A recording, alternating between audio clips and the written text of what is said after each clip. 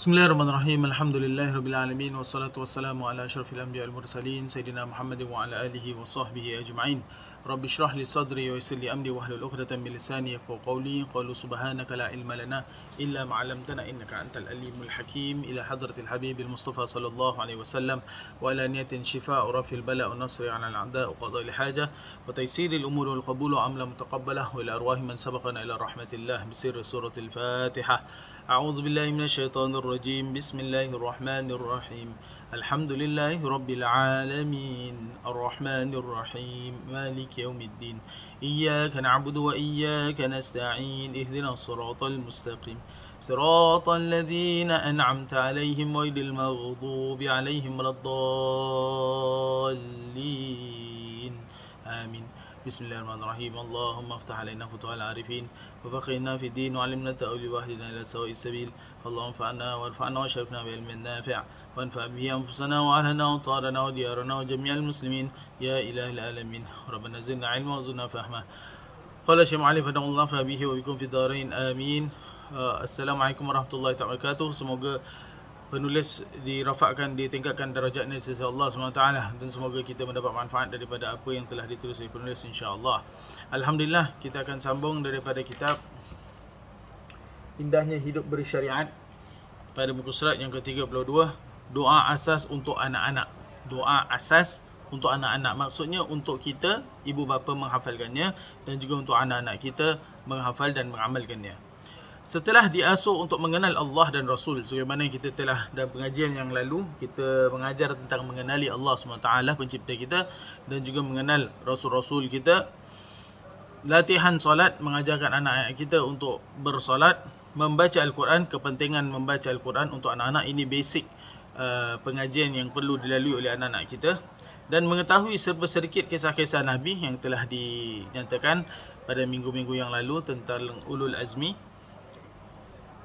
Menjadi satu tanggungjawab ibu bapa untuk mengajarkan beberapa adab dan doa kepada anak-anak atas segala nikmat yang Allah kurniakan kepada mereka.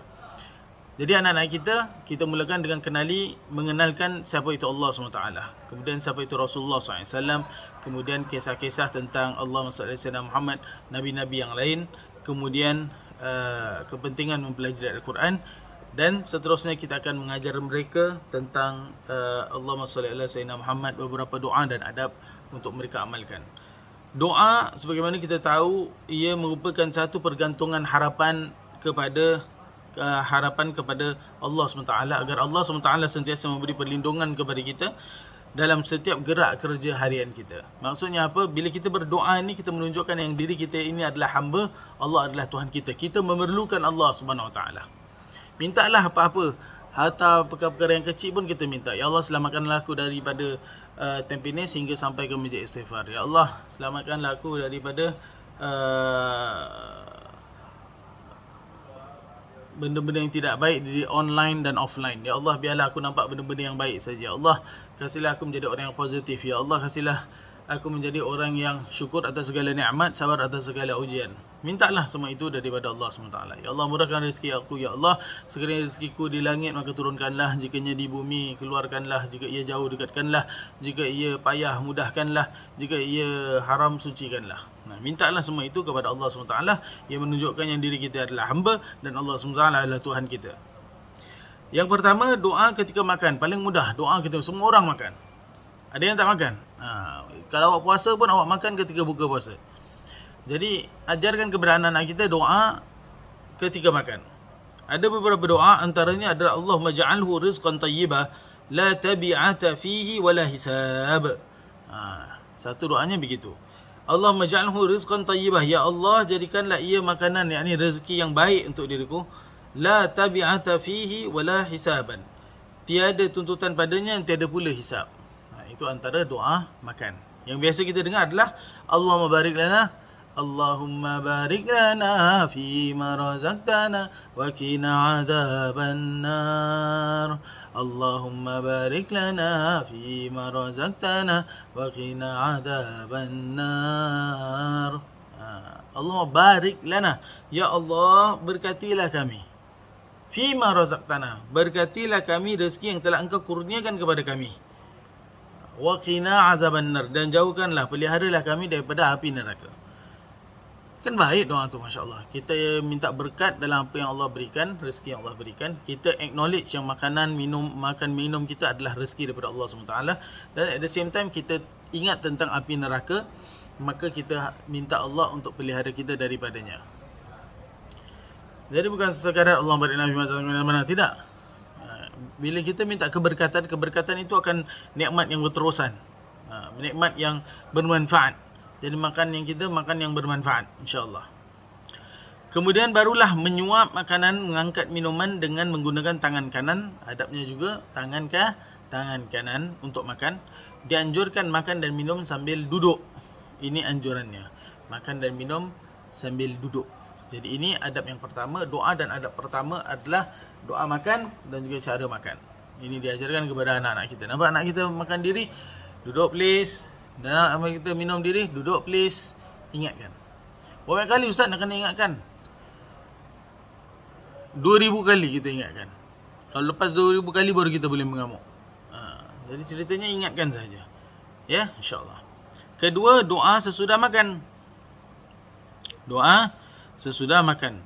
Ada bermacam, antaranya adalah alhamdulillazi at'amani hadza ta'am wa razaqanihi min ghairi haulin minni wala quwwah.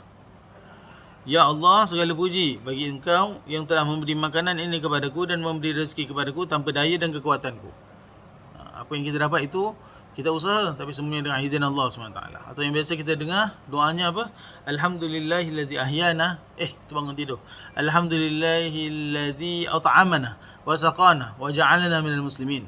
Segala puji bagi Allah yang telah beri kita makan dan beri kita minum dan menjadikan kita orang yang beriman, orang yang Islam dan muslimin. Boleh juga. Jadi ajarkan basic doa makan dan juga doa minum kepada anak-anak kita. Ya, boleh insya-Allah. Boleh insya-Allah. Ketiga, doa masuk ke dalam tandas, yakni bilik air. Ini semua Islam ni masya-Allah tabarakallah, dia cover semua angle.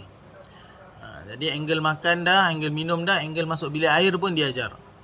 Jadi doa masuk bilik air, Allahumma inni a'udzubika minal khubthi wal khaba'ith. Allahumma inni a'udzubika minal khubthi wal khaba'ith. Ya Allah, ya Tuhan kami, sesungguhnya aku berlindung kepadamu daripada gangguan syaitan jantan dan betina. Bila baca doa ni juga boleh juga consider sebagai perlindungan daripada segala bakteria. Kerana dalam bilik air ni banyak bakteria. Jadi yang boleh lindung kita adalah Allah SWT. Jadi jangan tengok remeh daripada doa memasuki bilik air. Allahumma inni a'udzubika minal khubthi wal khaba'ith. Kemudian langkah adabnya masuk bilik air dengan kaki yang kiri. Dilarang membuang air kecil sambil berdiri. Kerana Rasulullah SAW melarang keras perbuatan ini. Elakkan buang air kecil untuk yang para lelaki, anak-anak lelaki berdiri. Harus duduk. Pastikan tempatnya bersih lah. Ya. Juga dilarang membuang air kecil atau besar dalam keadaan membelakangkan kiblat kecuali tempat yang tertutup. Pasal zaman dulu toiletnya open.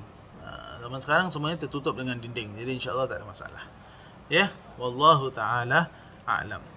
Seterusnya, selain daripada doa makan, doa minum, doa masuk bilik air, masuk dengan tangan kaki kiri, keluar dengan kaki kanan, doa keluar daripada tandas juga jangan dilupakan. Setelah kita keluar tandas dengan kaki kanan, doanya ghufranaka alhamdulillahi adzaba anni adza wa afani. Masya-Allah tabarakallah. Diingatkan